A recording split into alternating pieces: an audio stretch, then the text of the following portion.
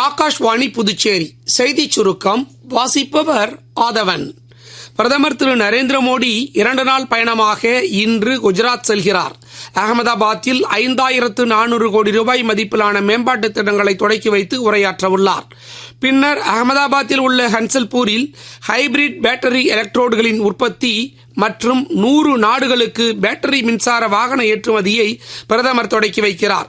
இந்த பயணத்தின் போது திரு மோடி 1400 கோடி ரூபாய் மதிப்பிலான பல்வேறு ரயில் திட்டங்களையும் நாட்டிற்கு அர்ப்பணித்து வைப்பதுடன் மேம்படுத்தப்பட்ட சாலை பணிகள் மற்றும் ரயில்வே மேம்பால பணிகளுக்கும் அடிக்கல் நாட்ட உள்ளார்.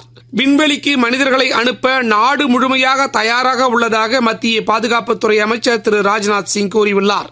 வரும் 2047 ஆண்டில் உலக அளவில் இந்தியா விளையாட்டுத் துறையில் 5 நாடுகளில் ஒன்றாக திகழும் என்று விளையாட்டுத்துறை அமைச்சர் திரு மன்சுக் மாண்டவியா தெரிவித்தார்.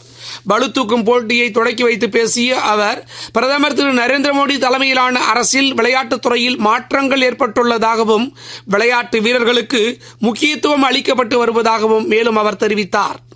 விநாயகர் சதுர்த்தி நாளை மறுநாள் கொண்டாடப்பட உள்ள நிலையில் புதுச்சேரி, தமிழகம் உள்ளிட்ட இடங்களில் விநாயகர் சிலை விற்பனை சூடுபிடித்துள்ளது.